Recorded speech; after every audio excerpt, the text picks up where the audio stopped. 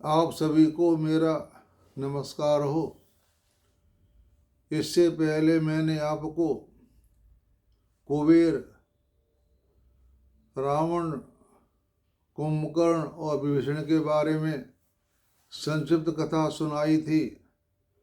आज मैं आपको बाली और सुग्रीव का पूर्व चरित्र में कथा जो थी वह मैं आपको सुनाने जा रहा हूँ। तो श्री रामचंद्र जी बोले कि हे मुनि, मैं बाली और सुग्रीव के जन्म का यथावत वृतांत सुनना चाहता हूँ। तो मैंने सुना है कि ये इंद्र और सूर्य ही वानर रूपी से उत्पन्न हुए हैं। यानी भगवान श्री रामचंद्र जी अगस्त्य मुनि से यह प्रश्न कर रहे हैं। तो अगस्त्य मुनि बोले कि हे राम, मेरु पर्वत के मणि के समान प्रकाशमान सुवर्णमय मध्य शिखर पर ब्रह्मा जी की 100 योजन विस्तार वाली सभा है। उसमें चतुर्मुख ब्रह्मा जी किसी समय ध्यानस्थ बैठे हुए थे। उस समय उनके नेत्रों से बहुत से दिव्य आनंद आंसू गिरे। उन्हें अपने हाथ में लेकर ब्रह्मा जी ने कुछ चिंतन कर पृथ्वी पर डाल दिया और पृथ्वी पर गिरते ही उनसे एक बहुत बड़ा वानर उत्पन्न हुआ। उससे ब्रह्मा जी ने कहा, वत्स, तू कुछ समय यहाँ मेरे पास इस सर्व शोभा संपन्न स्थान में रहे, इससे तेरा कल्याण होगा। तो ब्रह्मा जी के इस प्रकार कहने पर वह वानर श्रेष्ठ वहीं रहने लगा। इस प्रकार बहुत समय बीत जाने पर एक दिन उस परम बुद्धिमान वृक्षराज ने फल मूल आदि के लिए पर्वत पर घूमते घूमते एक दिव्य जलपूर्ण और रत्न जटित शिलाओं से सुशोभित बावड़ी देखी। जब वहां पानी पीने के लिए गया तो उसने जल में एक छायामय वानर देखा। उसे अपना प्रतिद्वंदी वानर समझकर वह जल में कूद पड़ा, किंतु वहां कोई भी वानर न मिलने पर वह तुरंत ही उछलकर बाहर निकल आया और अपने को एक अति सुंदरी रमणी के रूप में देखकर बड़ा ही चकित हुआ। उस समय देवराज इंद्र मध्याह्न काल में ब्रह्मा जी की पूजा करके लौट रहे थे। उस परम सुंदरी स्त्री को देखकर वे कामदेव के बाणों से बिंध गए और उनका उत्तम वीर स्खलित हो गया। वह वीर उस स्त्री को प्राप्त न होकर उसके बालों को छूता हुआ पृथ्वी पर गिर पड़ा। उससे इंद्र के समान पराक्रमी बाली का जन्म हुआ और देवराज इंद्र उसे एक स्वर्णमयी माला देकर स्वर्गलोक को चले गए। उसी समय वहां सूर्यदेव भी आए। उस सुंदरी को देखकर वे कामवश हो गए तथा उसकी ग्रीवा पर अपना वीर छोड़ा। उससे उसी समय एक बहुत बड़े शरीर वाला वानर उत्पन्न हुआ। सूर्यदेव उसकी सहायता के लिए उसे हनुमान जी को देकर चले गए।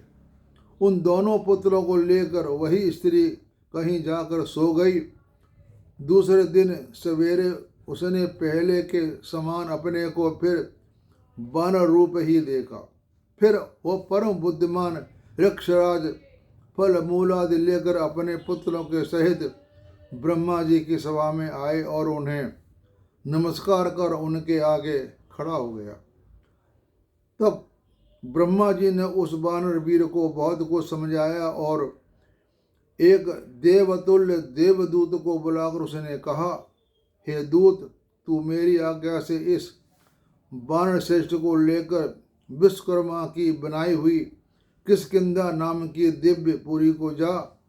वह संपूर्ण ऐश्वर्य से संपन्न है और देवताओं के लिए भी दुर्लभ है। उस सिंहासन पर इस वीर का राजभिषेक कर दे। सातों द्वीपों में जो बड़े दुर्जम वानर वीर हैं वे सब वृक्षराज के अधीन रहेंगे। जिस समय साक्षात सनातन पुरुष नारायण देव पृथ्वी का भार उतारने के लिए भूलोक में राम रूप से अवतीर्ण हो, उस समय समस्त वानरगण उनकी सहायता के लिए जाएं। ब्रह्मा जी किस प्रकार कहने पर उस महाबुद्धिमान देवदूत ने जिस प्रकार उनकी आज्ञा हुई, उसी प्रकार वानरराज की सब व्यवस्था कर दी और फिर ब्रह्मा जी के पास जाकर उन्हें सब समाचार सुना दिया। तब से वह किष्किंधापुरी वानरों की राजधानी हो गई। ब्रह्मा जी की प्रार्थना से अब माया मानव रूप धारण कर आपने पृथ्वी का सब भार उतार दिया। जो सब भूतों के भीतर विराजमान नित्य युक्त और चेतन स्वरूप है, उन अखंड और अनंत रूप आपके लिए ही है। ऐसा कौन सा बड़ा पराक्रम है। संपूर्ण लोगों के पापों का नाश करने के लिए और उन्हें सुख देने के लिए साधुजन आप माया मानस रूप भगवान का सुयश वर्णन करते ही हैं। जो मनुष्य बाली और सुग्रीव के इस महाचरित्र को कीर्तन करेगा, वह आपके आश्रित होकर कारण सब पापों से छूट जाए। अब आपसे संबंध रखने वाली एक वह कथा सुनाता हूँ, जिस कारण के दुरात्मा रावण ने सीता जी को हरा था। पहले एक बार रावण ने एकांत में बैठे हुए ब्रह्मा जी के पुत्र श्री संत कुमार जी से अति नम्रता पूर्वक प्रणाम करके कहा, जिसका आश्रय पाकर देवगण संग्राम में शत्रु को जीतते हैं। इस संसार में सब देवताओं में श्रेष्ठ और अधिक बलवान वह कौन देव है। ब्राह्मण गण किसका पूजन करते हैं और योगी गण किसका ध्यान करते हैं। आप सब प्रकार से प्रश्नों का उत्तर जानने वालों में श्रेष्ठ हैं, अतः मेरे इस प्रश्न का उत्तर दीजिए। तो भगवान संत कुमार ने योग दृष्टि से रावण के अंतःकरण की सब बातें जानकर उससे कहा, वत्स मैं तुम्हारे प्रश्न का उत्तर देता हूँ, सुनो। जो सर्वदा संपूर्ण संसार का पोषण करने वाले हैं, जिनके जन्म मृत्यु आदि नहीं होते, जो देवता और दैत्यों से सदा बंधित अविनाशी नारायण श्री हरि कहलाते हैं। सृष्टिकर्ताओं के स्वामी ब्रह्मा भी जिनके नाभि कमल से उत्पन्न हुए हैं और जिन्होंने यह स्थावर जंगम रूप सारा संसार भी रचा है, उन्हीं के आशय से देवगण संग्राम में शत्रुओं को जीतते हैं और योगी जन भी ध्यान योग के द्वारा उन्हीं का जप करते हैं। महर्षि संत कुमार के ये वचन सुनकर रावण ने फिर पूछा, हे मुनि श्रेष्ठ, उन विष्णु भगवान द्वारा मारे हुए दैत्य दानव और राक्षस गण मरकर किस गति को प्राप्त होते हैं। तब मुनीश्वर संत कुमार ने राक्षस राज रावण से कहा, अन्य साधारण देवताओं के हाथ से मरकर तो वे अति उत्तम स्वर्गलोक को ही जाते हैं और अपना भोग छीण होने पर वहां से गिरकर फिर भूलोक में उत्पन्न होते हैं। यानी कहने का मतलब है कि जो देवता शुभ कर्म करते हैं, मनुष्य या देवता, तो वे स्वर्गलोक को प्राप्त होते हैं और अपना सुख पूरा होने के बाद, भोग पूरा होने के बाद फिर वो मृत्यु लोक में उनको आना पड़ता है।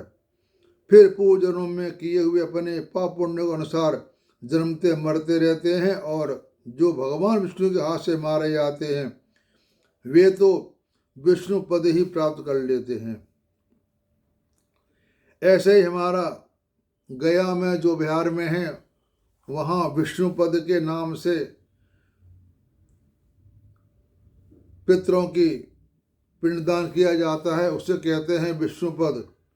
अगर आप कोई भी भक्तजन जो पितरों का पिंडदान करना चाहते हैं, वह गया में विष्णुपद जाकर के अपने पितरों का पिंडदान कराएं तो अच्छी बात है।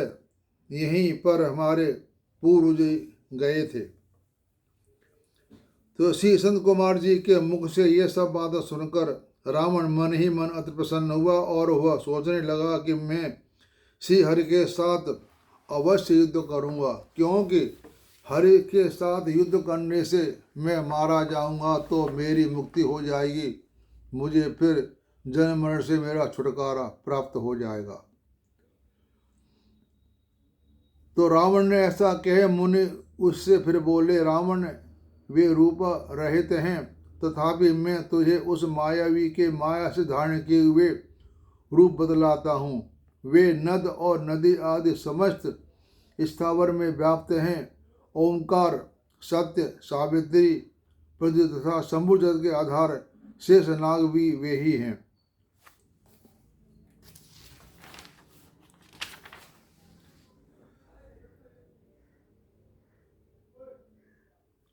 संपूर्ण विश्व को रचने वाले वे सनातन विष्णु भगवान निर्विकार होकर भी अपनी माया के आशय से नाना प्रकार की लीलाएं करते हैं और चमकते हैं, प्रज्वलित होते हैं। विष्णु रूप से रक्षा करते हैं, रुद्र रूप से सबको भक्षण कर जाते हैं। यह स्थावर जंगम संपूर्ण त्रिलोकी को एकमात्र उन्हीं से व्याप्त है। यानी ब्रह्मा जी पैदा करते हैं, विष्णु भगवान ब्रह्मा के रूप में पैदा करते हैं और विष्णु के रूप में पालन करते हैं, और रुद्र के रूप में विष्णु ही उनका संहार करते हैं। ब्रह्मा विष्णु महेश। तो अपने वाम भाग में बैठी हुई शुद्ध सुवर्ण की सी कांति वाली, कभी नष्ट न होने वाली भगवती लक्ष्मी जी की ओर निहारते हुए उन्हें आलिंगन किए ही विराजमान हैं। वे किसी भी देव, दानव या नाग से देखी नहीं जा सकते। जिस पर उनकी प्रसन्नता होती है वहीं उनका दर्शन कर सकता है। मैंने पिछली बार आपको बताया था कि भगवान जो कुछ ये कर रहे हैं लक्ष्मी को बिठा करके, यह लक्ष्मी भगवान का ही स्वरूप है। यह लक्ष्मी अलग से नहीं है, यह उन्हीं की माया है जो अपनी लक्ष्मी माया रूपी बना करके बैठे हुए हैं। तो अगस्त्य जी बोले, हे राम, यह सुनकर राक्षस राज रावण कुछ देर सोच विचार करने के अनंतर आपके साथ विरोध करना निश्चित किया और निश्चय कर वह मन ही मन बड़ा प्रसन्न हुआ और वह युद्ध की इच्छा से संपूर्ण लोकों में घूमने लगा। हे महाराज, आपके हाथ में मारे जाने की इच्छा से ही महाबुद्धिमान रावण ने देवी जानकी जी को चुरा लिया था। जो पुरुष इस कथा को सुने या पढ़ेगा अथवा सुनने की इच्छा वाले, सदा सुनने वाले, वह दीर्घ आयु, आरोग्य, इच्छित लाभ और अच्छे धन प्राप्त होगा। तो यह मैंने आपको कथा सुनाई रावण के बारे में। इसके बाद मैं आगे कथा और सुनाऊंगा। अब अपनी वाणी को मैं विराम देता हूँ।